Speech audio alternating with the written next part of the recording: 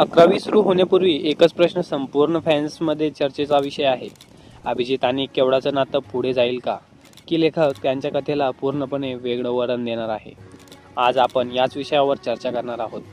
तर नमस्कार मित्रांनो, 11वीची घोषणा झाल्यापासून सोशल मीडियावर सर्वत्र चर्चा होत आहे ती अभिजित आणि केवडाच्या नात्याची. मात्र मालिकेची अधिकृत कथा अजून समोर आलेली नाहीये.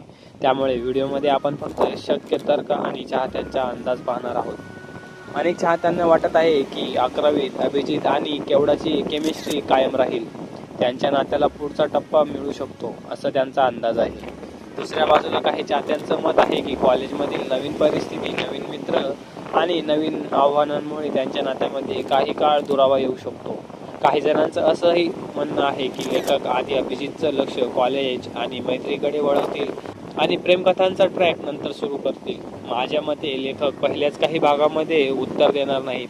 ते प्रेक्षकांची उत्सुकता वाढवण्याचा अभिजित आणि केवडामध्ये नात्यावर संक्षेप ठेवू शकतात. हा फक्त एक अंदाज आहे. आता तुमच्यासाठी एक मोठा प्रश्न, तुम्ही कोणत्या टीमकडनं आहात? टीम केवडा की टीम रेशमी? आणि तुमच्या मते 11वीच्या शेवटी अभिजित कोणासोबत असावा? हॅशटॅग टीम केवडा किंवा हॅशटॅग टीम रेश्मा एवढंच कमेंटमध्ये दिसायला पाहिजे. आणि हो, तुम्ही ती टीम का चूज केली त्यामागचं कारणही कमेंटमध्ये नक्की सांगा. व्हिडिओ आवडला असेल तर लाईक करा, चॅनल सबस्क्राईब करा आणि 11वीच्या मालिकेतील सर्व अधिकृत अपडेट सर्वात आधी मिळवण्यासाठी बेल आयकॉन दाबायला विसरू नका.